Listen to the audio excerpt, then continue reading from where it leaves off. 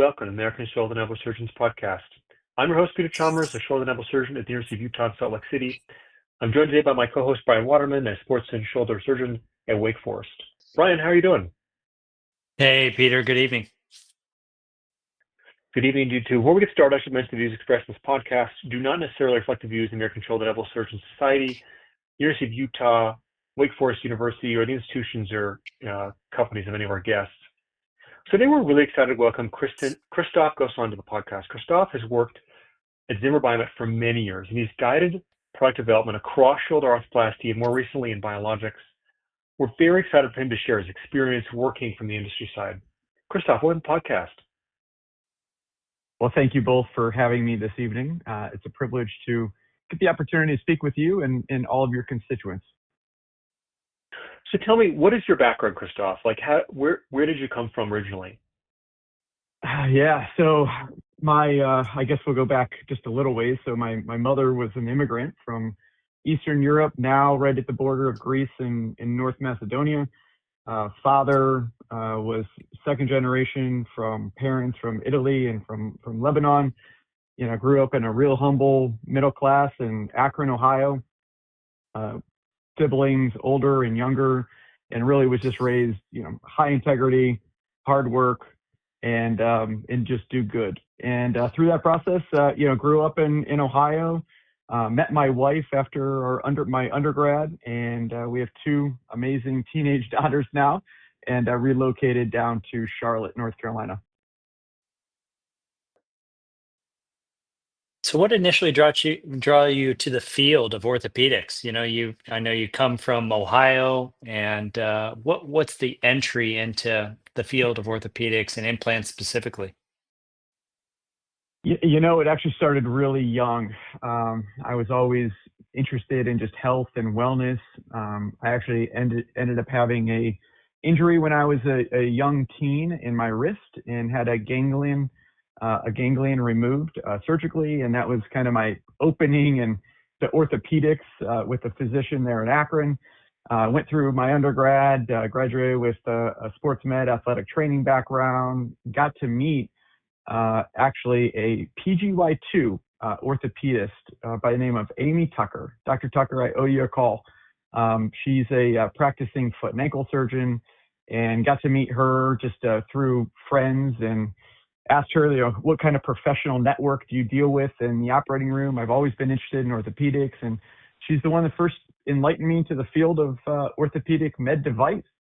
And through that contact, she introduced me to what was now what was then the lead Zimmer rep for Northeast Ohio. And after a bunch of interviews, Howard Berkowitz and Jim Venti both hired me to join their team as an entry-level sales rep in the field. You started as a rep. I love that. So you were in the operating room at first as kind of a local rep for Zimmer? Yeah, if I was lucky, I was in the operating room.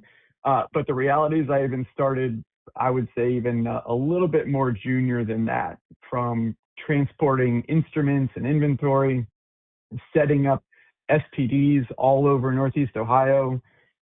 I drove over 50,000 miles my first year and probably spent more on gas than I got paid, but I learned a lot, and that was what I was really grateful for. So yeah, was in the operating room, learned the procedures, cut my teeth. In fact, one of the first operations I was ever in was a shoulder arthroplasty, and it was in Cleveland at Lutheran Hospital. Dr. Bill Seitz, who I'm sure you guys know, he taught me so much as an early rep. This is 23 years ago.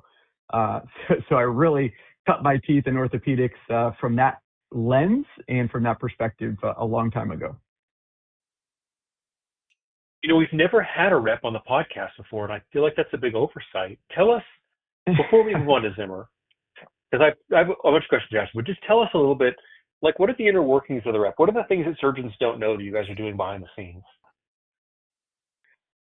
Wow, I don't know if I could spill all of that for you guys, but I will tell you what happens is I would call it the duck on the pond. Everything looks like things are pretty calm on the surface, but boy, oh boy, those paddles are moving really fast underneath the water. And the fast part is the logistics of transportation, shipping things in and out, overnight deliveries, implants that you're hoping to pull from XYZ, FedEx issues that are outside of your control, and just more operational, logistical kind of stuff that you want to make sure that absolutely everything is perfect. The surgeon, his staff, the patient, they get everything that they need. And I think from my experience being on that side and working my way through really the entire commercial organization, I'm now in like my 8th role within this group in this company. I've learned a lot from every stage, and that chapter really helped set the stage for me of how do we make sure that our commercial organization, gets what they need, both from innovation, both from supply chain, medical training, education, and all the things that I'm responsible for today. Yeah, so fast forward, you're currently, according to LinkedIn, Global Vice President, General Manager, Extremities, Sports Medicine, and Restorative Therapies. Certainly a mouthful, but walk us through what's that pathway look like to start where you were 23 years ago, now to your current role within Zimmer? Well, it was one of those things we started where I began, humble beginnings, and I still feel the same today. Still continue to learn a lot, guys. So it is a mouthful of a title, but I'm just a part of the team.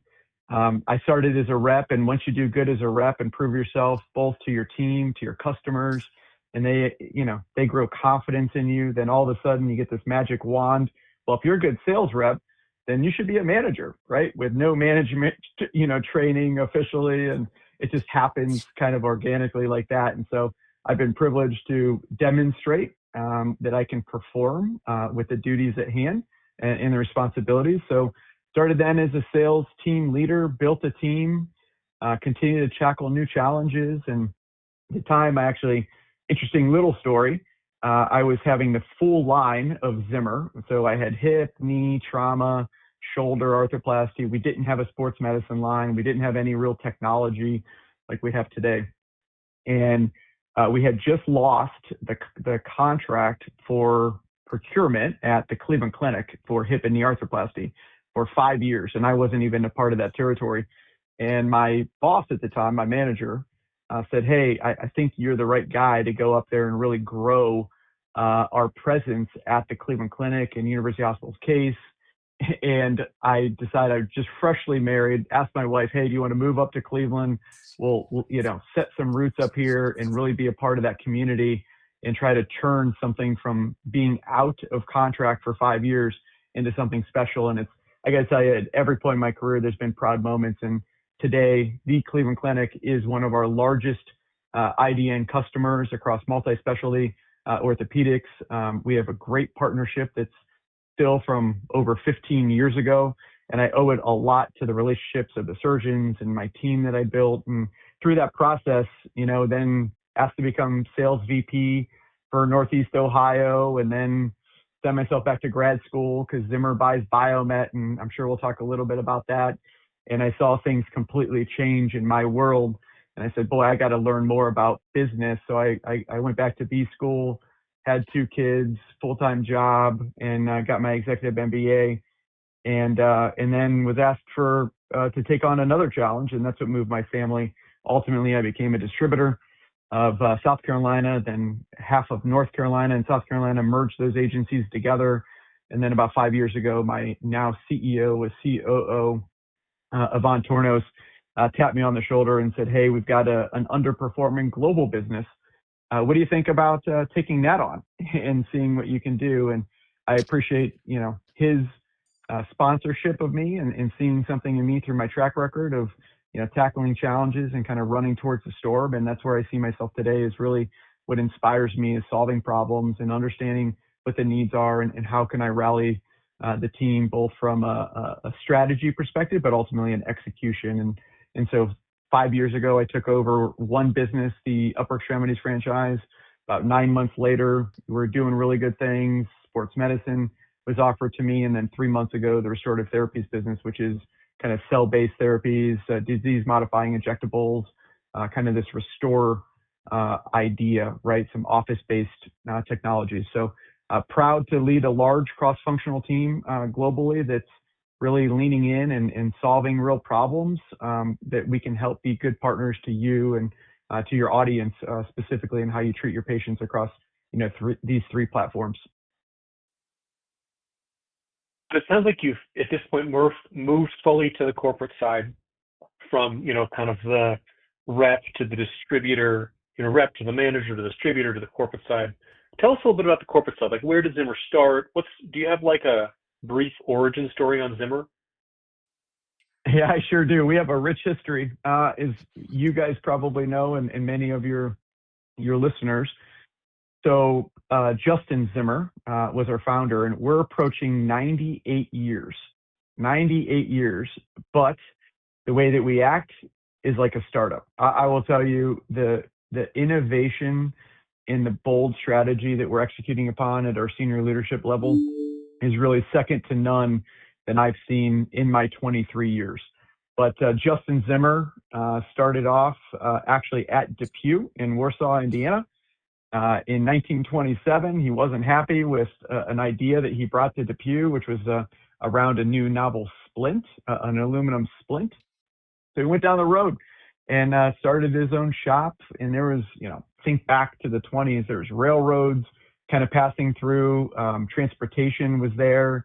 It was a real small town, but it was comfortable.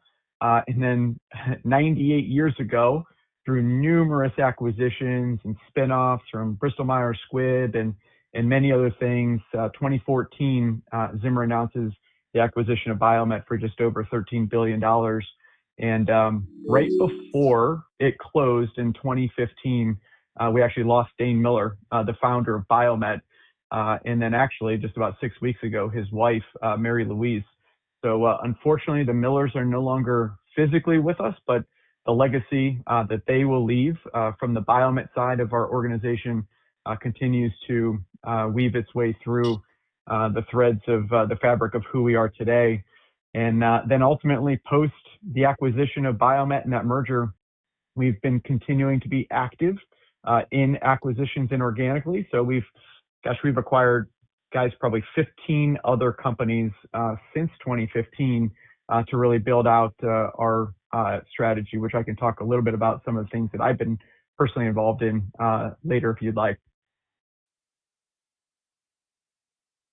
Yeah, Kristoff, I think this is incredible because as we talk about mergers, and that's inevitability in industry now, we always hear about the upsides, but when you talk about this, what are the challenges you faced, and what are the advantages you potentially gained in this process?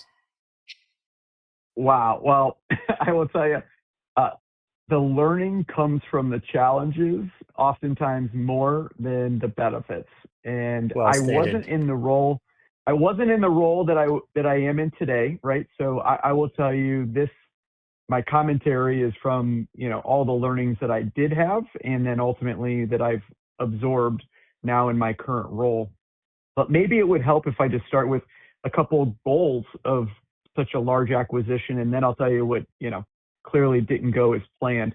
But you think about the value of bringing a Zimmer and a Biomet together. Portfolio breadth was a very strategic decision. How can we solve more problems, have more options for surgeons to take care of their patients within our key businesses?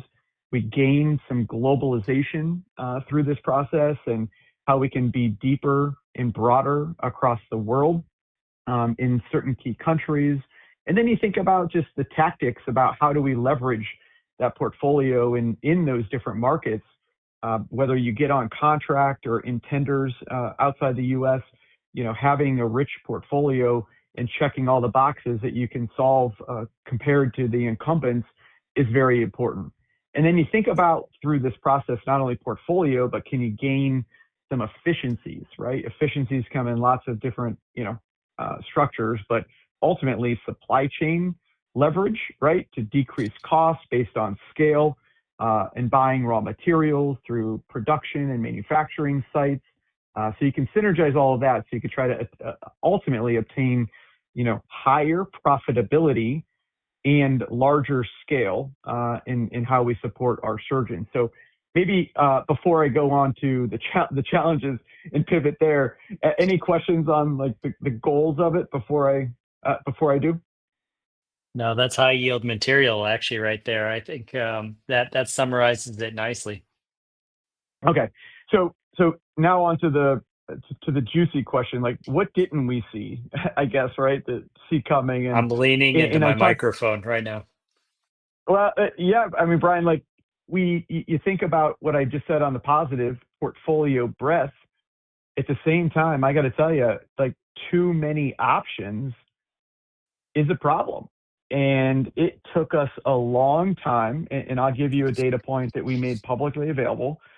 Uh, when Zimmer bought Biomet in 2015, we spent nearly $1 billion remediating what we call design history files to maintain products in the market, because many of your listeners may not quite appreciate that the FDA and other international agencies that register products don't necessarily have the exact same standards for every company. And so we know this because Zimmer had a certain standard and Biomet had a different standard. And we ultimately had to remediate design files just to maintain products in the market. And because of the breadth, the length of time that it took, multiple years and nearly $1 billion, that was a much higher remediation cost that ultimately caused innovation more than we ever expected. So I will tell you that was probably the biggest challenge that we faced. Clearly, there was some cultural, mismatches that happened in large organizations. We had to make a couple of divestitures. Actually, one of the elbow products that you guys probably know, we had to divest from the Biomet side, some cement products, a partial knee, and then ultimately the rest of the portfolio we maintain. But those are, I think, some of the keys that led to where we are today, and ultimately got me excited about the pivot from remediation to innovation. And that's really the last 5 years has been, when I came on board in this role, that main inflection point. Yeah, I mean that's one of the. It's so interesting you put it that way, because the remediation, I think, is something that really did affect the pace of innovation, because it was so complicated to do and obviously so expensive and so time consuming. But there's also a challenge with mergers, like if there's existing systems. Like for instance, like if you have two existing shoulder arthroplasty systems, how do you make them all work together? Like what does that look like when you looked at the comprehensive system coming from Biomet and the CM system coming from Zimmer? Like there's emotional ties and sales track records and design features, and like how do you, like some things you make, well, this is what is legacy, what is the future, like how do you figure that out strategically? Oh man, that's a complex question, and I think the good news is, and I didn't have to be the person in my role today, and I give them a lot of credit, the teams that were involved in making those initial decisions.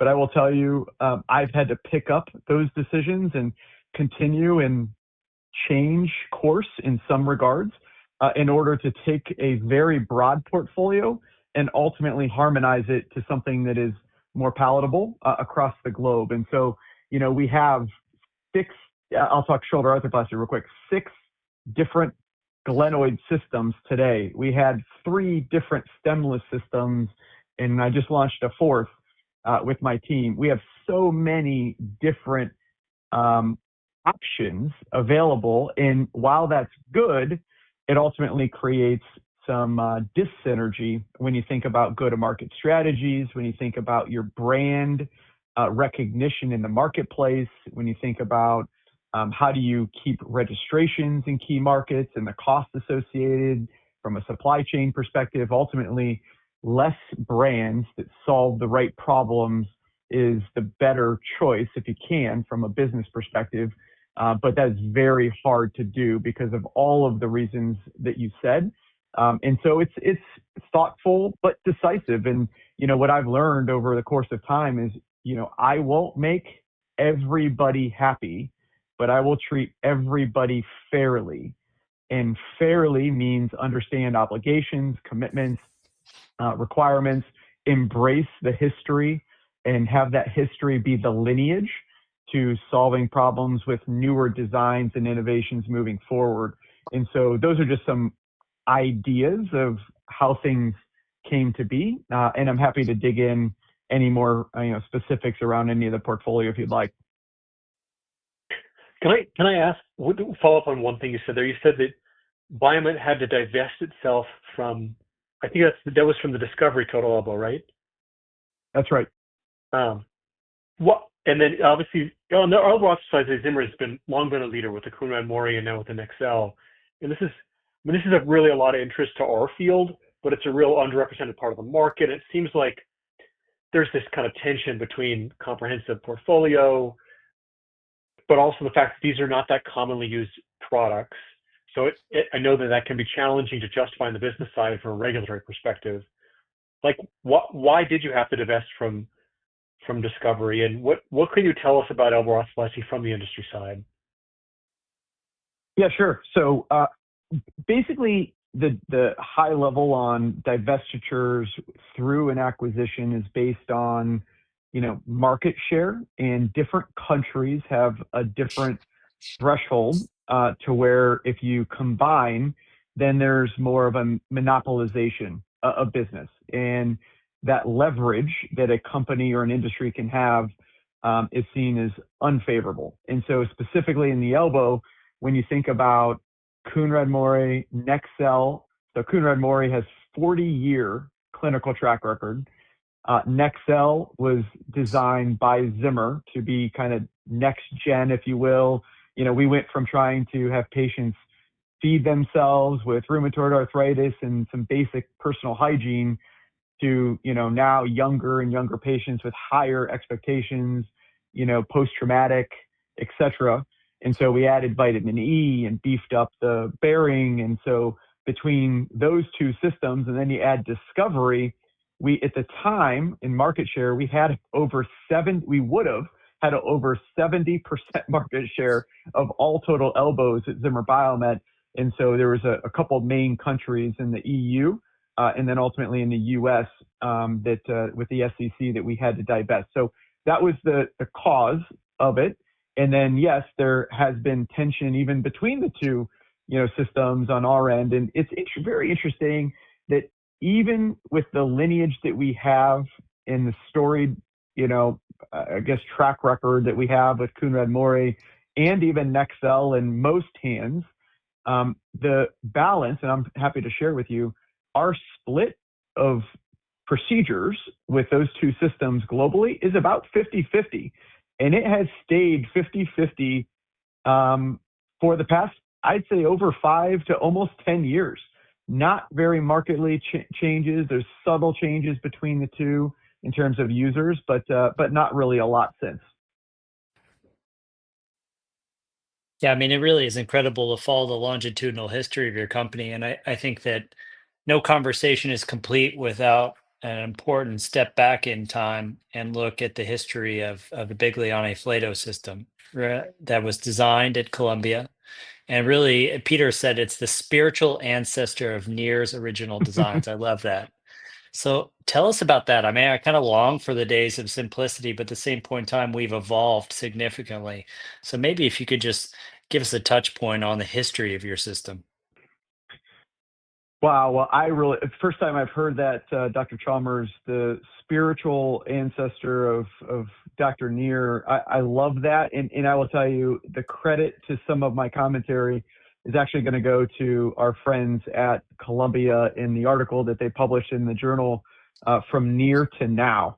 It was pretty amazing. Drs. Levine, Biliani, Jobin, Knudsen, and many others that were a part of that. And in that article, there's a beautiful track record from the early first cases with the man that, what was the story? He's in his late 30s that refused an amputation in Paris and has one of the first documented shoulders, to then all the incredible work that Dr. Near did in hemi and anatomic, thinking through constraint and metallurgy with Vitalium implants, and how do we think about cuff deficiency.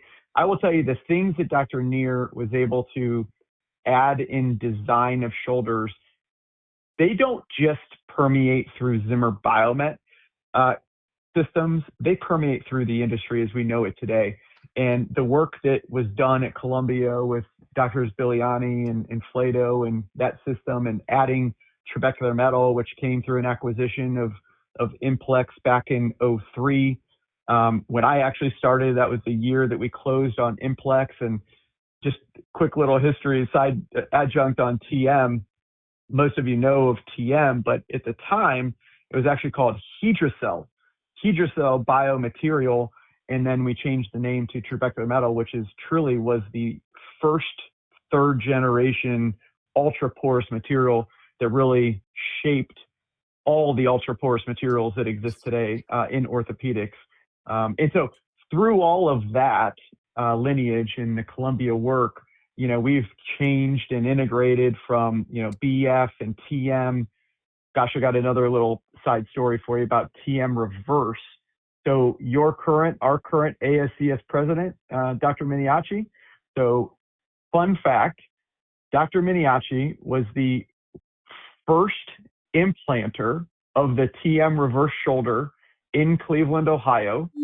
And guess who was his sales rep manager in the world's first case?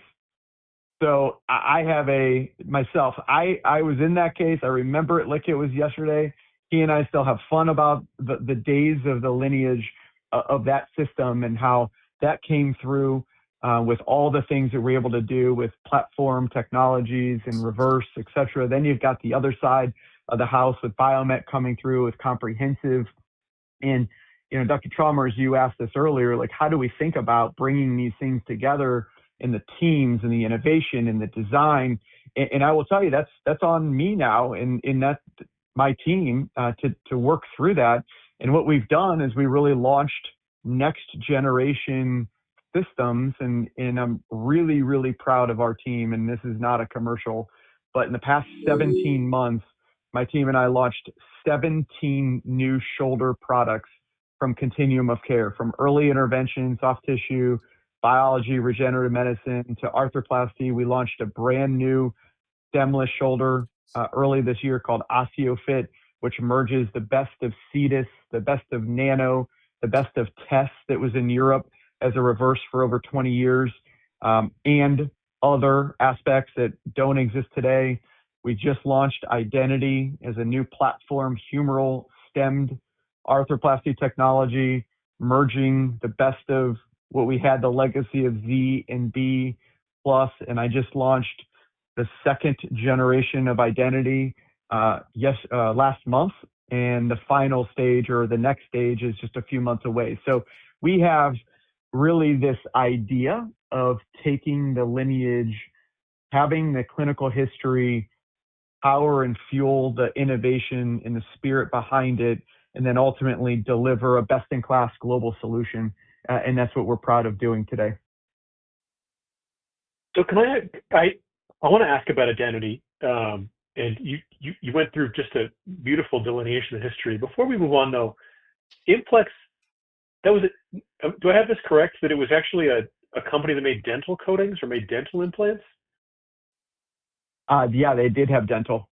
Correct. And that was like where the first porous ingrowth came from, like I guess was actually from dentistry, and then it was like, oh, we could scale this up and put this in bigger bones.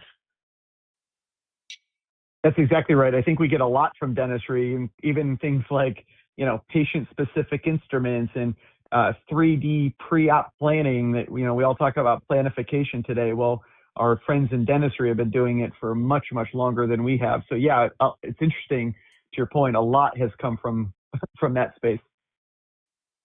You mentioned the trabecular metal anatomic and reverse implants. When I placed a lot of those in fellowships, I know they're still regularly placed worldwide. And I know the company is moving towards Identity. What do you think are the lessons learned in Identity? Like, what are the things, when you look at Identity, what are the things where you think this is something we got right that was an improvement over prior systems? Yeah, I think we've learned a lot on both sides. Quite frankly, on things that we learn that we like a lot, that we've been integrated within Identity. one of the things that was a challenge with identity was it started with Zimmer, and then during the merge, things, as I mentioned earlier, slowed down, and so investment slowed down to continue to build it out. So this system, was actually a very long design process. And so one of the things that went really well that we wanted to do is create this, a personalized approach that truly is convertible and revisable. Every system says it is, but this one actually uniquely sits and is prepped 5 millimeters below the resection level. So if and when you need to revise a well-fixed stem from an anatomic to a reverse, you can actually keep it and decompress the joint, which is often tight, as you guys know, and put a reverse in and keep a well-fixed stem. So surgeons really like that. I will say that feature. And they also really like surgeons like you, like specialists, seem to like to titrate a lot more than, your generalist surgeon predominantly.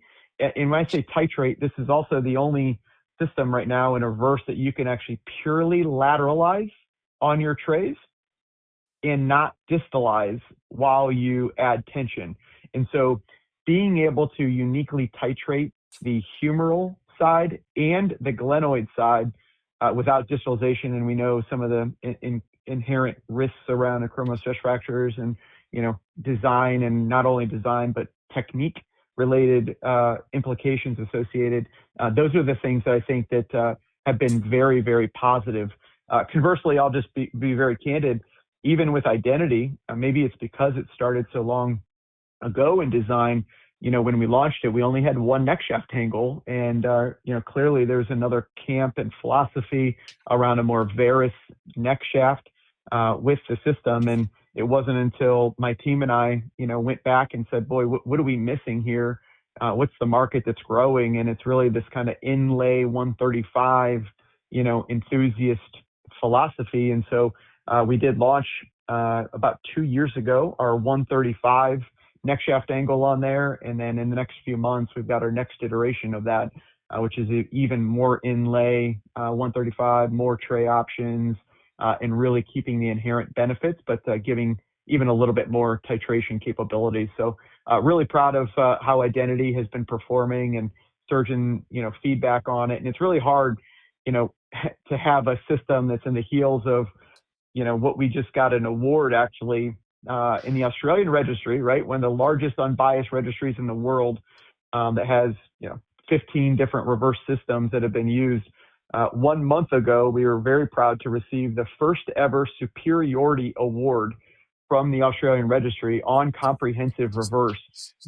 At 10 years, the least revised, most successful reverse shoulder ever studied.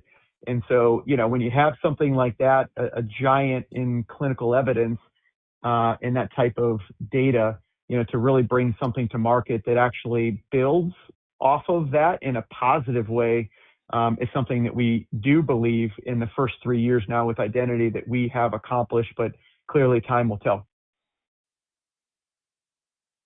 I love this discussion. We've gone from the past to the present to the past, and now we're talking about current innovations.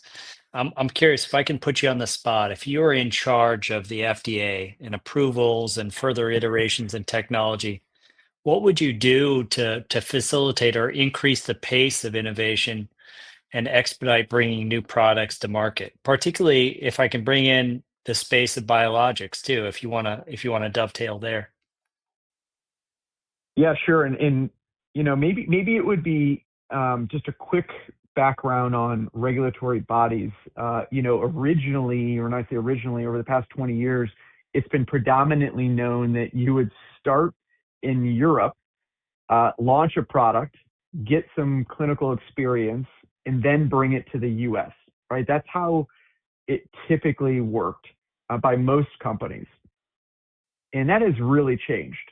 And it hasn't changed because the FDA has gotten more lax. In fact, it's the opposite. It's even more rigorous than it ever was before. But what really changed is actually the European market standards.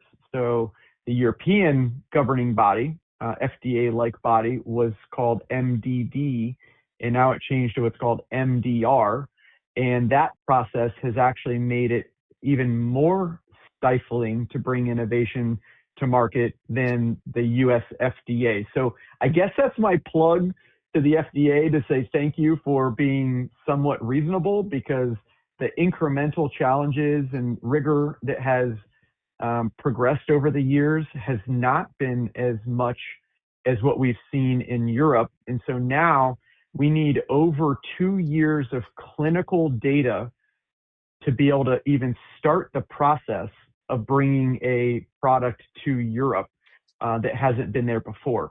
And so now we're actually starting innovation, Dr. Waterman, in the US.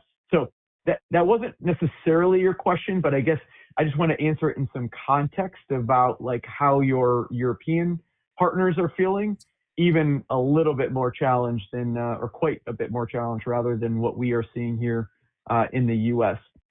But I guess back to your question, what would my recommendations be? I mean, I know what's at stake. I mean, our team and my peers' teams across the industry, we really care. Like, we really, really care to make sure that the products that we launch are safe and effective for patients, like full stop. And it's really difficult to want to come up with ideas of how to, you know, trim time and bring innovation forward, because we have seen products in the market, even as of recently in the US, that have gone through rigorous processes and hasn't worked out well. And you know, you would think, right, that through the testing, benchtop testing, and through the process and clinical data, that some of these things would come to light sooner, and they just don't. And so I'm torn, right, because I love innovation and I drive the innovation strategy within our company. But at the same time, we got to be very thoughtful around the timing and the approach. So all that to say, it is harder. It's more costly to do it than it ever was before. We need more patience than we ever did before. But I think it's all for the right inherent reasons. That's really well stated, and I love your commitment to innovation. You know, one of the things that I think is great about industry is you guys have a much more wide-looking perspective. You'll say, okay, what are all of the things that are happening throughout all of medicine? How can we take pieces from that and bring them to shoulder? What are the, when you think about it that way, like what are the innovations you're most excited about? You know, and like maybe 3D printing was recent, but like what is, and people talk about, you know, augmented reality. Like what are the things you look at that are kind of on the horizon you're excited for us to incorporate into shoulder surgery? Yeah, there's a lot of them, and I will tell you, there's some I can disclose and some I'm not quite prepared to, but would love to talk with you more another time. But with that said, you named a couple of them, and there's more. So for us, and for me in shoulder specifically, we have chips on the table in several different verticals. And I will say, go back to the 3 places from an innovation perspective that we're indexing investment. 1 is implant innovation, 2 is enabling technologies, and 3 is data and informatics. And so when we think about the ecosystem around the patient and the ecosystem around the surgeon, we're really talking about bringing things to shoulder that didn't exist before, right? From best-in-class, novel remote therapeutic monitoring technologies to help with optimization and efficiency capabilities preoperatively, which ultimately can power pre-op planification better today with modalities and features in predictive analytics to help decision-making processes that don't fully exist today, to then taking that and say, okay, well, I have all this great data. How do I make this meaningful in the operating room? And so enter, you know, our tremendous investment in robotics, right? From our ROSA platform that's now, you know, 7 years.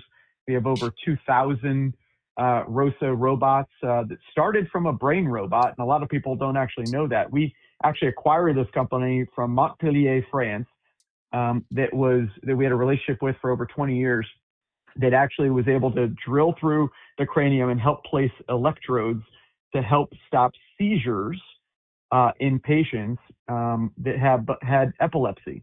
And if we can drill through the brain and we can place seizures or really truly treat seizures and epilepsy, truly becoming a gold standard, over 70% of the world's level 1 epilepsy centers have a ROSA brain. And if we can do that, then we can do a shoulder arthroplasty. And so how can we take that planification and do best-in-class robotics with sub-millimetric accuracy? And then what we love about ROSA and now our acquisition of Monogram, so we bought another robotics platform and we're merging the best-in-class features together as we speak. So ROSA shoulder captures over 1,000 intraoperative data points. So it's not what you plan to do, but it's what you did accomplish. And then with one click of a button, and I know you guys and many of your listeners are into research, and not everybody has a research assistant and a ton of funding for that. But we can, with one click of a button, surgeons can say, how well are my ROSA shoulder patients doing on their PROMs versus my standard instrument shoulders? In 1 second, you can get all your PROMs and see on your remote therapeutic monitoring tool post-operatively. So we are really excited to bring to life a frictionless, integrated ecosystem of data. And ultimately, that feedback loop is going to help us innovate in the future. And so those are just a few of those key things. Yes, we're into mixed reality, and it's coming to a theater near you soon in shoulder from Zimmer-Biomet. Yes, we're into predictive analytics, 3D printing, you've heard, and all these other things. But I will tell you, on the arthroplasty side, those are the things that get me really excited about, that are unique, that Zimmer-Biomet's offering. And then on the soft tissue side, I think it's really clear. We're moving from, being mechanics, right, to biologists. And some of our friends, Scott Sigmund and others, talk about that. And we're actioning that and how we can bring biology to soft tissue, because 30%, 20 to 40%, whatever numbers, we want to quote of patients that have some sort of complication after a cuff and other soft tissue procedures, we can do better, and we will. And so we're here to partner with key thought leaders, scientific thought leaders, innovators. And again, not just with what we have capabilities of doing, but one of the things I get to do is help work with our team to identify external capabilities on how we can accelerate innovation and bring those capabilities to life within our portfolio into the future. So there's still a lot more that needs to be solved. So I'm really excited and inspired for those future innovations. Well, Kristoff, I think it's safe to say we've covered a lot of ground. We came from the mean streets of Akron to Rosa and biologics. So, I mean, just an incredible foundation of knowledge, and it's evident that your company has the right people making these decisions. So, just a testament to you to be able to talk about this stuff so much off the cuff. That's about all the time we have this evening, but I just want to thank you, Kristoff, for spending time with us and offering your insights into the industry side of our field. I think this has been a great experiment for us to get inside of the mind of our colleagues. We certainly are always better together. So, for all our shoulder and elbow listeners out there, please don't forget to subscribe. And for Peter Chalmers, I'm Brian Waterman. We'll see you next time. Thank you.